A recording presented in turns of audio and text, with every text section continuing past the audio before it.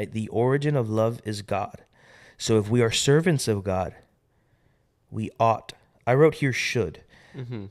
but it's we ought to love the same way. And I think we talked about it on a previous episode of the podcast, but I'll say it again. Whenever you see in the Bible ought, That it's a command sort of thing. it's on the same level of command, Mm-hmm. but it's basically when you ought to do something, it's more of it is the morally correct thing to do. Mm-hmm.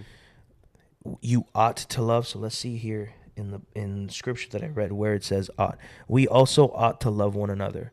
In other words, you can say it is also the morally correct thing to do to love one another because God loved us. Right. That's the correct response. To love your neighbor, to love your enemy, to love your wife as yourself.